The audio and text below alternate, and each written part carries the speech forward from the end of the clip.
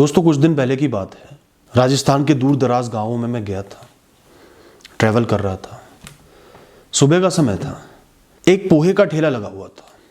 पोहा एक तरीके का नाश्ता है, तो सबकी खाने की इच्छा हुई। मैंने गाड़ी वहाँ रोकी, पोहे वाले के पास गया। जब वो हमारे लिए पोहा बना रहा था, तब एक व्यक्ति वहाँ पर आया। उसने पोहे वाले से पोहे के दाम पूछे। दाम सुनकर कुछ सेकंड सोचा और थोड़ा सा निराश होकर वहाँ से चला गया, जबकि उस पोहे के दाम बहुत ही कम थे।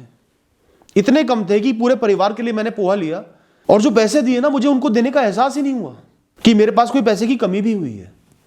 वहीं से कुछ दूर बच्चे खड़े हुए थे, भूखे प्यासे, तन पे सही से कपड़े भी नहीं थे, पैरों में चप्पल भी नहीं थी, पोहे की तरफ देख रहे थे।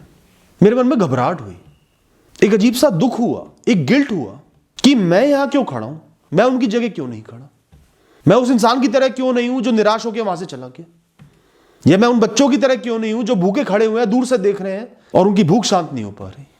मुझे ही क्यों इस अच्छे जीवन के लिए चुना गया, जिस दुनिया में करोड़ों लोग एक वक्त का अन्न खाने के लिए भी संघर्ष कर रहे हैं।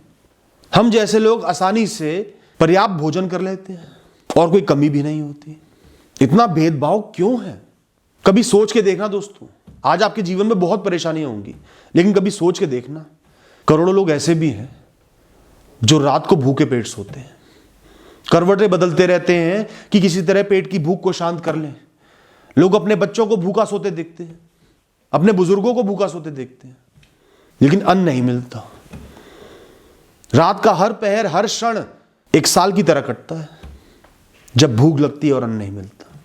और हमें सब कुछ मिल गया, माता पिता का साथ भी मिल गया, कई लोगों को वो भी नहीं मिल पाता। पढ़ाई लिखाई भी मिल गई, बहुत लोगों को वो भी नहीं मिल पाता, वो सहूलियत नहीं मिल पाती। काम भी मिल गया, काम भी कर पा रहे, वो काम चल भी रहे हैं। और नहीं भी मिले, आज नहीं भी है काम, तो इतनी ऊर्जा है, इतनी समझ है, इतनी ताकत है कि कुछ ना कुछ तो कर ही लेंगे। छोटा हो बड़ा हो, गुजारा तो चला ही लेंगे। बहुत सी सहूलियतें भी मिली हैं, चाहे वो पानी की ही क्यों ना हो, 2 समय के अन्न की ही क्यों ना हो, एक छत ही क्यों ना हो, वो भी बहुत बड़ी सहूलियत है। सही से सांस ही क्यों ना आ रहा हो। कभी किसी इंसान से पूछना जिसको सांस की बीमारी है, चाहे कितना ही पैसा हो उसके पास, पूछना जीवन कैसा है। जीवन में बहुत बड़े बड़े संघर्ष करे हैं मैंने।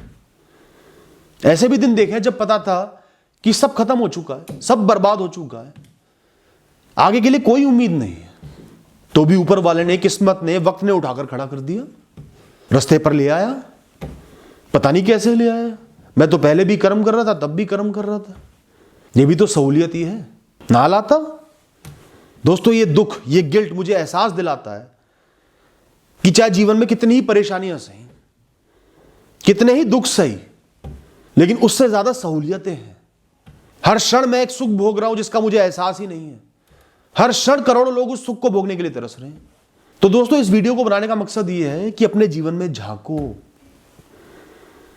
जिस जीवन को आप नीरस समझ रहे हो, बेकार समझ रहे हो, कम समझ रहे हो, जिसमें आप कमियां ढूंढ रहे हो, हर क्षण दुखी हो रहे हो, परेशान हो रहे हो, विचलित हो रहे हो, वो जीवन हर क्षण आपके लिए बहुत कुछ कर रहा है दोस्तों।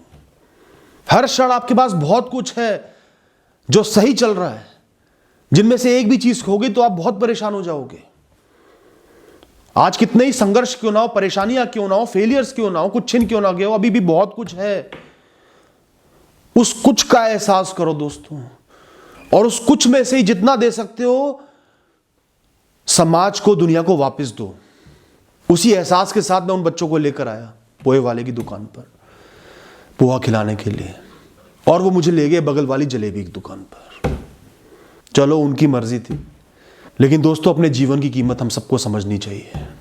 ये जीवन का तिरस्कार है, भगवान का तिरस्कार है, इस प्रकृति का तिरस्कार है कि हम अपने जीवन को कम आंक रहे हैं, बेकार आंक रहे हैं, संघर्षों को बड़ा समझ रहे हैं और सहूलियतों को छोटा समझ रहे हैं। आज आप संघर्ष भी कर पा रहे हो ना, तो आप में ताकत है, ऊर्जा है, संघर्ष करने की इतनी बुद्धि है। वो नहीं होती तो क्या होता, कैसे करते संघर्ष। जीवन का सम्मान करो दोस्तों, तभी ये प्रकृति और जीवन आपका सम्मान करेंगे। Thank you and all the best.